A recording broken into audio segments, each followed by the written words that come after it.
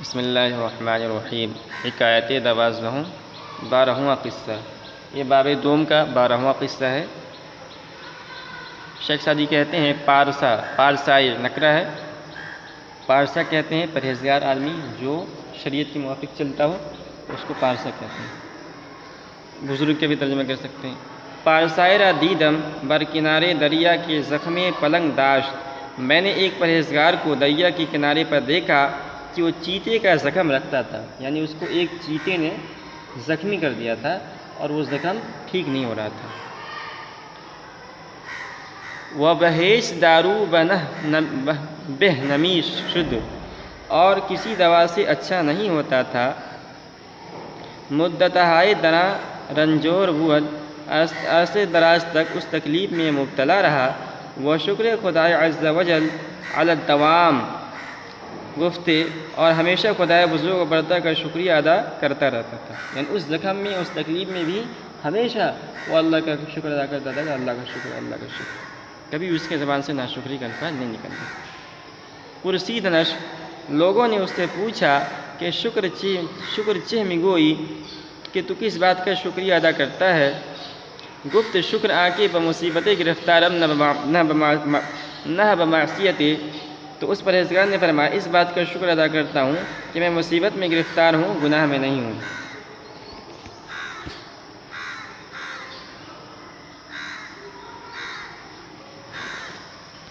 اگر مزار بکشتن دہد یار عزیز، اگر مجھے ضعیف کو پیارا دوست قتل کرنے کے واسطے دے دے، تا نہ گویم کہ درآ دم غم جانم باشد، ہرگز میں یہ نہیں کہوں گا کہ اس وقت مجھے اپنی جان کا غم ہوگا۔ گویم از بندہ مسکین چہ گناہ صادر شد، میں کہوں گا کہ عاجز بندہ سے کیا گناہ صادر ہوا، کہ دل آزودہ شد از من غم آنم باشد، کہ تو مجھ سے رنجیدہ دل ہوا مجھے اس کا غم ہوگا۔ تو اشعار کا مطلب یہ ہے کہ اگر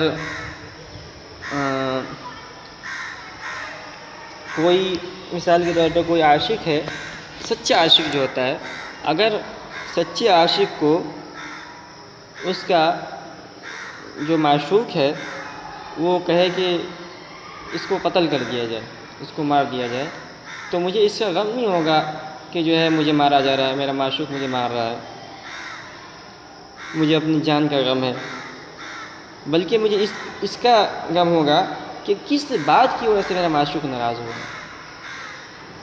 اگر اس بات کا یعنی جس وجہ سے ناراض ہوا، اگر اس کا فدیہ یہی ہے کہ میں مار دیا جاؤں، تو وہ مجھے گوارا ہے۔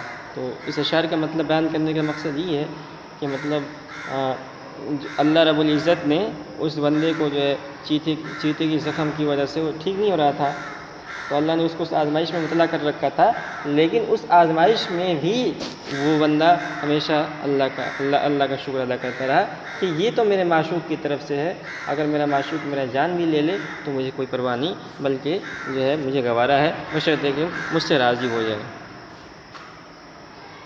بھلے مردان خدا مصیبت را بر معصیت اختیار کنند، کہہ رہے ہیں سچ بات یہ ہے کہ اللہ والے گناہ کے مقابلے میں مصیبت کو پسند کرتے ہیں۔ نبینی کے یوسف صدیق درآ حالت چہ گفت، کیا تو نے نہیں دیکھا کہ یوسف صدیق نے اس حالت میں کیا کہا تھا جب ان کو گناہ کی طرف دعوت دی گئی تھی؟ یا تو گناہ کر لو، گناہ کا ارتکاب کر لو، یا جیل میں چلے جاؤ۔ تو انہوں نے کہا تھا، قال یوسف علیہ السلام نے کہا تھا، رب السجن احب الی مما یدعوننی الیہ، اے خدا قید خانہ مجھے زیادہ پسند ہے اس چیز سے جس کی طرف یہ عورتیں مجھے بلا رہی ہیں۔